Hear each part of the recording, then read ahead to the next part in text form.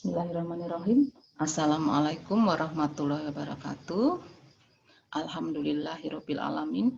Wassalatu wassalamun ala asrofil anbiya mursalin. Allahumma sholli ala Muhammad wa ala ali Muhammad.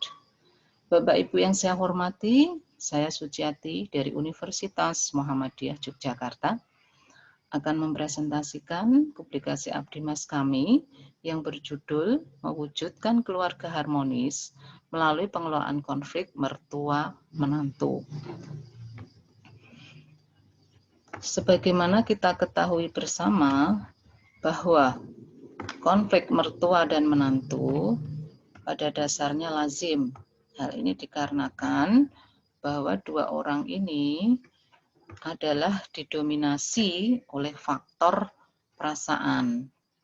Nah, adapun faktor penyebab konflik antara mereka antara lain adalah faktor pekerjaan rumah tangga yang dibebankan pada satu orang, kemudian faktor ekonomi yang memicu konflik, kemudian perbedaan pola pikir, biasanya salah satu terlalu menuntut, perbedaan pola asuh anak, mencampuri urusan rumah tangga anak, salah paham dan komunikasi, serta perbedaan kepentingan yang disertai dominasi oleh ibu mertua terhadap menantu perempuan, dan sebagainya. Adapun dampak konflik di antara mertua perempuan dan menantu perempuan yang terjadi akan membuat suasana rumah menjadi sangat tidak nyaman. Mitra kami adalah ibu-ibu PKK di Desa Karasan, Kenaiban, Juwiring, Klaten. Pada diri ibu-ibu kami temukan beberapa kasus konflik mertua perempuan dengan menantu perempuan. Ini adalah hasil wawancara kami dengan Indah Sri Suranti, Ketua PKK. Bahwa kita lihat dalam tabel berikut ada 5 pasang atau 5 pasangan konflik mertua menantu dengan sumber konflik yang beragam. Ada yang sumber konfliknya ekonomi, ada yang tinggal serumah. Tapi pada dasarnya semua pasangan tinggal serumah dengan mertua. Adapun penyelesaian konflik yang mereka pilih antara lain berbentuk menghindar, saling menghindar, atau verbal. Permasalahan mitra yang lain adalah minimnya pengetahuan relasi menantu dan mertua. Mereka juga belum memahami tentang penyelesaian konflik yang efektif atau tepat dalam pasangan mertua perempuan dan menantu perempuan. Mereka juga belum memiliki alat peraga tentang keluarga harmonis. Yang kami maksud adalah poster dan modul. Adapun metode yang diterapkan dalam Abdimas ini ada 4. Yang pertama yaitu penilaian awal atau initial assessment permasalahan. Ini berfungsi sebagai survei awal untuk mengetahui permasalahan mitra. Identifikasi permasalahan dilakukan melalui kegiatan penyuluhan dan FGD. Metode yang kedua yaitu peningkatan pengetahuan melalui metode informatif dan persuasif berupa penyuluhan. Sedangkan yang ketiga, metode pendampingan dan pemberdayaan. Metode ini bertujuan agar nilai-nilai kesadaran tentang berkomunikasi dan penyelesaian konflik pasangan mertua menantu dapat diaplikasikan dalam kehidupan sehari-hari mereka. Metode yang keempat yaitu pembentukan komunitas sayang mertua. Adapun anggota komunitas adalah para pasangan mertua perempuan dengan menantu perempuan yang secara rutin kami dampingi untuk bisa berkomunikasi secara intens. Nah, adapun pelaksanaan kegiatan Abdimas sebagai sebuah solusi yang direncanakan sebelumnya, kita merencanakan ada sekitar 30-50 peserta penyuluhan. Namun karena faktor pandemi COVID, peserta kami batasi hingga 20 orang dengan penyesuaian terhadap protokol kesehatan.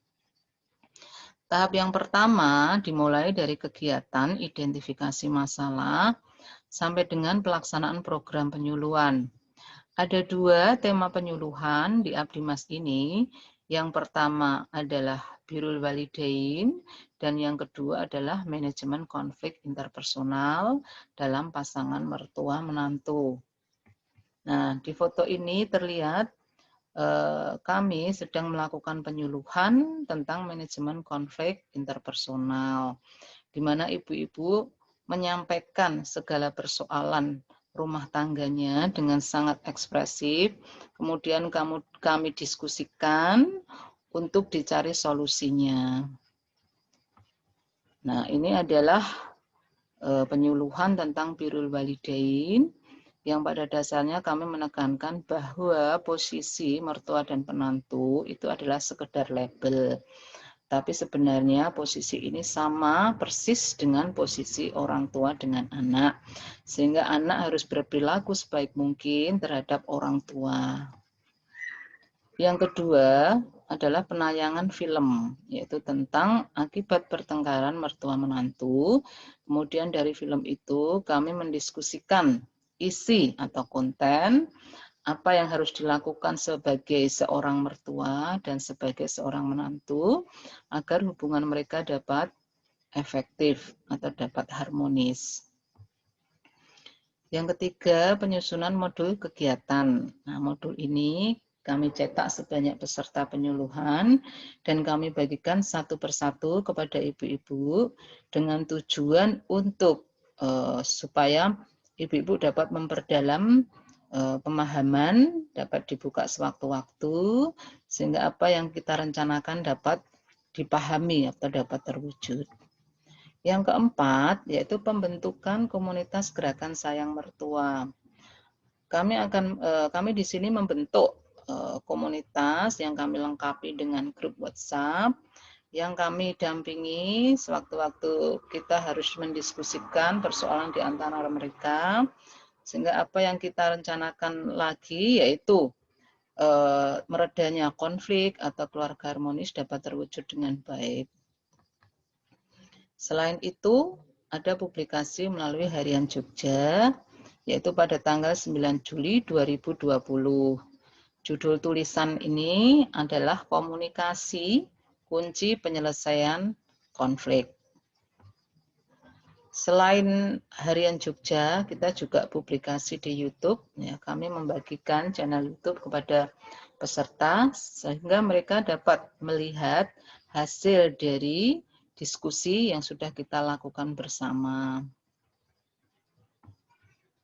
Nah, adapun simpulan ya, bahwa pelaksanaan Abdimas di Juwiring Klaten yang dilakukan pada tanggal 5 Juli 2020 dengan tema mewujudkan keluarga harmonis melalui pengelolaan konflik mertua menantu dapat diterima dengan gembira oleh mitra pengabdian, yaitu ibu-ibu pengurus PKK Desa Kenaiban Juwiring Klaten. Karena suasana pandemi COVID, maka pertemuan tatap muka tetap kita batasi dengan mengikuti protokol kesehatan. Persoalan konflik di antara mertua menantu diungkapkan ibu-ibu dengan sangat ekspresif dalam sesi tanya jawab dengan tim Abdimas. Kemudian pelaksanaan diikuti dengan penayangan film sesuai topik, diskusi film, kemudian sesi penyuluhan, diskusi, kemudian juga penyerahan poster dan modul penyuluhan, serta pembentukan gerakan sayang mertua. Nah, adapun luaran yang sudah dilaksanakan antara lain publikasi di media Masa Harian Jogja pada tanggal 9 Juli 2020, pembuatan YouTube, serta publikasi ke Jurnal Pengabdian ber-ISSN. Dengan demikian, kegiatan Abdimas ini diharapkan tetap berkelanjutan sebagai upaya memberikan pemberdayaan masyarakat sebagai konsekuensi dari pelaksanaan Tridharma Perguruan Tinggi. Demikian presentasi dari kami, semoga manfaat bagi kita semua. Wassalamualaikum warahmatullahi wabarakatuh.